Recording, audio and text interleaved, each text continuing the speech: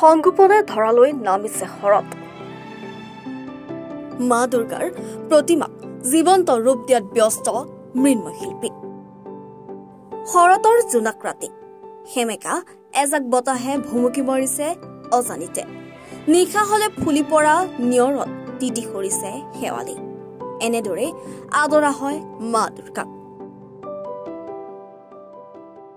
দুৰ্গা পূজালৈ মাজত মাথো কেইটামান দিন বাকী। ৰাজ্যৰ বিভিন্ন প্ৰান্তত এতিয়া উখল মাখল পৰিৱেশ। ব্যস্ততাৰ শেষ নাই মৃন্ময় শিল্পীসকলৰ। এতিয়া শৰতৰ বতৰ, সকলো ব্যস্ত হৈছে মা দুৰ্গাক আদৰিবলৈ। ৰাজ্যৰ বিভিন্ন প্ৰান্ততো পূজা মণ্ডপসমূহো আটক ধুনীয়াকৈ সজাই পৰা তোলাত ব্যস্ত হৈ পৰিছে সকলো। প্ৰতিমাত শেষ পৰশ দিয়াত ব্যস্ত মৃৎ শিল্পীসকল। ৰাজ্যৰ বিভিন্ন প্ৰান্তৰ লগতে সমান্তৰালকৈ এইবাৰ কঠীয়াতলী মহামায়া শিল্পালয়ৰ মৃৎশিল্পীসকলে নিৰ্মাণ কৰিছে দুৰ্গা দেৱীৰ প্ৰতিমা।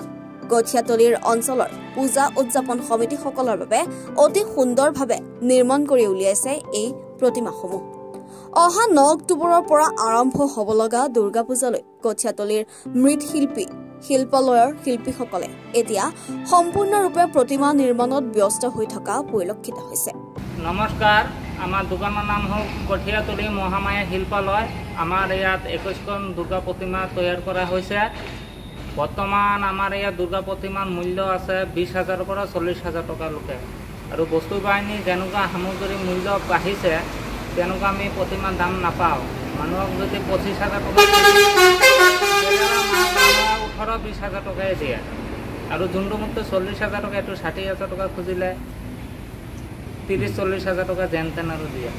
কেইজন মানুহ কাম কৰি আছে? আমাৰ ইয়াত বৰ্তমান 6জন মানুহ কাম কৰি আছোঁ। পৰিয়ালটো চলিব পাৰে? এনেতো আমাৰ প্ৰায় কাম আগবাঢ়ি গৈছে, কিয় অহা দেৱৰ পৰা মানুহে প্ৰতিমা নিব। আৰু যোনটো পইচা আমি পাওঁ এইটো মানে পৰিয়ালটো আমি যেন তেন চলি যাব পাৰোঁ। চৰকাৰে যদি কোনোবা যদি সাহায্য এটা দিয়ে তেতিয়া আমাৰ মানে বিৰাটে ভাল হ'লে হয়। কঠীয়াতলীৰ পৰা শান্তনু কুমাৰ শৰ্মাৰ ৰিপৰ্ট, এনি ভাৰত 24।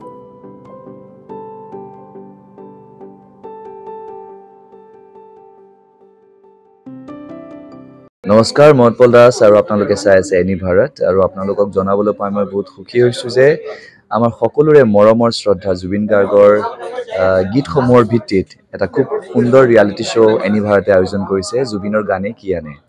এই প্ৰথম ছিজনটোত অডিশ্যনছ আৰম্ভ হ'ব আগষ্টৰ পৰা অসমৰ বিভিন্ন জিলাত। গতিকে মই সমূহ কলা কুশলী, বিশেষকৈ যিসকল প্ৰতিভাশীল গায়ক গায়িকা আছে আমাৰ সমাজত, তেওঁলোকলৈ মই এটা আহ্বান জনাইছোঁ, তেওঁলোকে প্ৰস্তুত হওক এই ৰিয়েলিটি শ্ব'ৰ বাবে। আৰু তাৰিখটো হৈছে 15 আগষ্ট 2024 চন। এনি ভাৰতৰ অডিশ্যন জুবিনৰ গানে কি আনে।